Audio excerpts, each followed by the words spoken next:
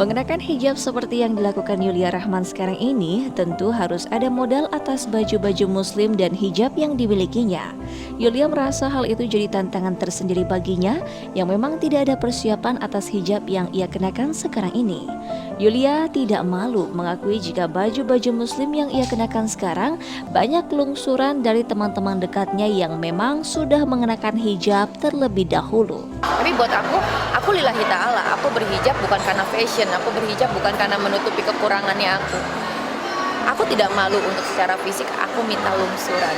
Jadi ada beberapa yang aku bilang ke TPG, ke Lira Firna, ke sahabat-sahabat aku ya. Terus ada juga saudara-saudara aku, ada TDC, ada banyak sekali lah orang-orang yang teteh kalau ada lungsuran ya, aku malu enggak.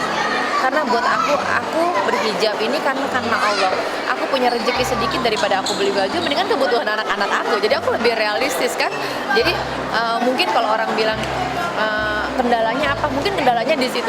Besok pakai baju apa ya? Gitu loh. Karena apa ya? Ada beberapa yang aku untuk acara bintang tamu atau segala macam kan membutuhkan. Tapi subhanallah, sampai sekarang aku ngeliat di rumah tuh ya, di lemari, lama-lama terkumpul banyak juga ya, dan itu rata-rata lungsuran, ada yang endorse. Nah itulah yang dibilang bahwa nikmat Allah ya, rezeki dari Allah kita nggak pernah tahu gitu. Jadi aku tidak mempersiapkan itu, tapi ya aku bisa maksudnya bisa menjalani itu tanpa ada beban. Bagi seorang single parent seperti Yulia Rahman, keberadaan job tentu menjadi hal penting untuk dirinya. Meski terkadang Yulia merasa cukup berat atas beban hidup yang dihadapinya, namun sejak berhijab banyak kedamaian dan kenyamanan yang ia rasakan.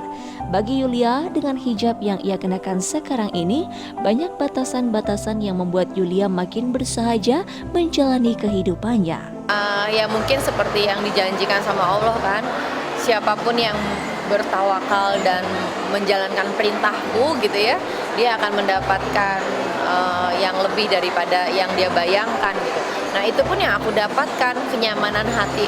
Kadang-kadang aku cuma berpikir gini, permasalahan tetap ada, artinya bahwa aku single parents, aku harus merawat 2 anak dengan kondisi yang semuanya memang aku harus ada di pundak aku gitu ya. Tidak semuanya ketika aku berhijab terus berubah semua, enggak. Tapi memang subhanallah aku merasa lebih tenang gitu ya. Ketika kesedihan itu datang aku masih bisa tersenyum. Ketika kebahagiaan itu datang aku juga tidak terlalu berlebihan gitu. Entah kenapa ya itu yang tadi aku bilang, salah banget kalau ada orang statement hijabkan aja dulu hatinya baru nanti dikerudung. Ternyata itu salah.